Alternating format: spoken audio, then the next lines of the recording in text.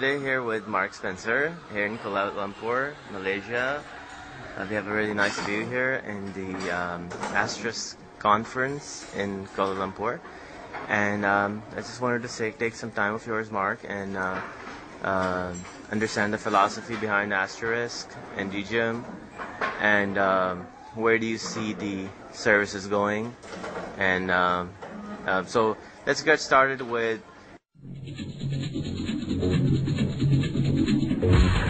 what got you started with Asterisk. Well, of course, Asterisk started because I needed my own phone system and couldn't afford it, so I decided to just make one. So that's pretty much how I got started.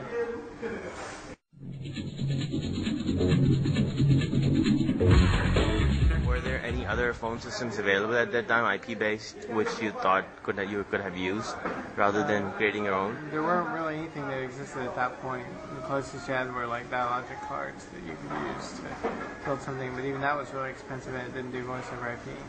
And this is year 1999. And how old were you at that time? 21. 21. All right. And this is like when you were in school, or? Yeah, it was about a year away from graduating. Super.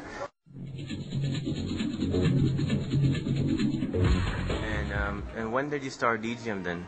The same year, 1999. Same year. So you needed the software for DGM basically. Yeah. Of course, at that time it was called Linux Support Services.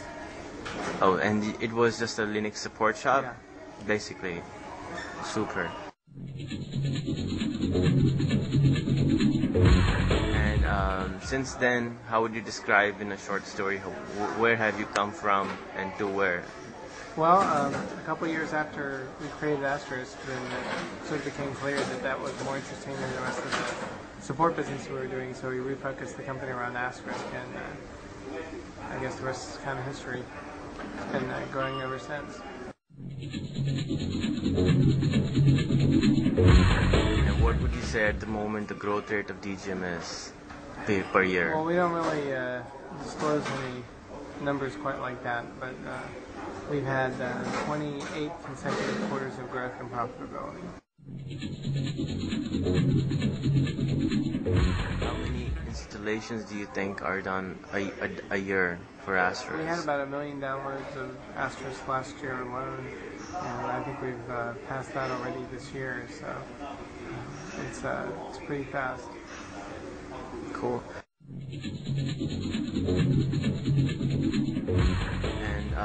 And is there any other coming project which you think is of really good interest to you, which is done on Asterisk, which fascinates you? Well, there are a number of applications involving Asterisk that I think are really cool. One of my personal projects we'll be announcing at AstroCon, so everybody can stay tuned, and if they'll be there in Phoenix, they should see something pretty exciting. Oh, super. And a friend of yours were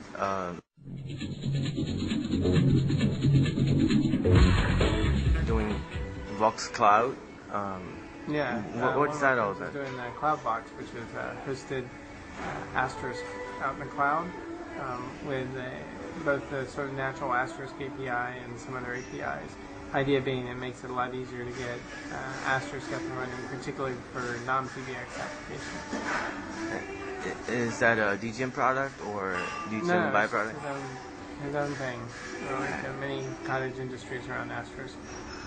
Super.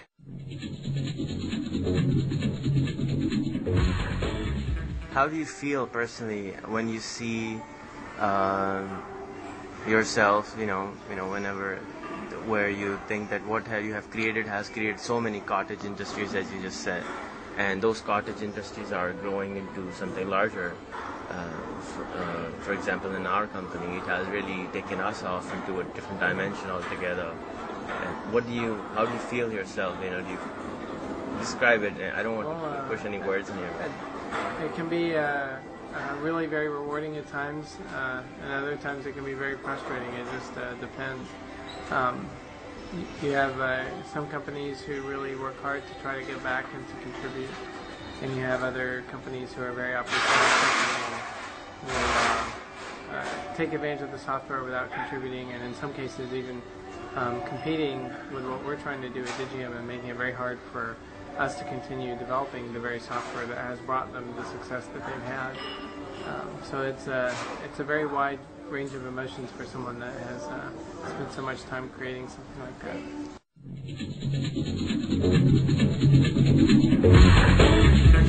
How would you think is the best way to contribute back to the Asterisk community, in your opinion? There's so many different ways. You can contribute through code, you can contribute through helping spread the word about Asterisk, and of course, an easy way is to buy stuff from Digium, because just about half of the Asterisk development now comes out of Digium. It's the largest engineering group within Digium. Is the group focused on open source software development. So every time you buy a Digium product or service, you're directly contributing to being able to have us continue to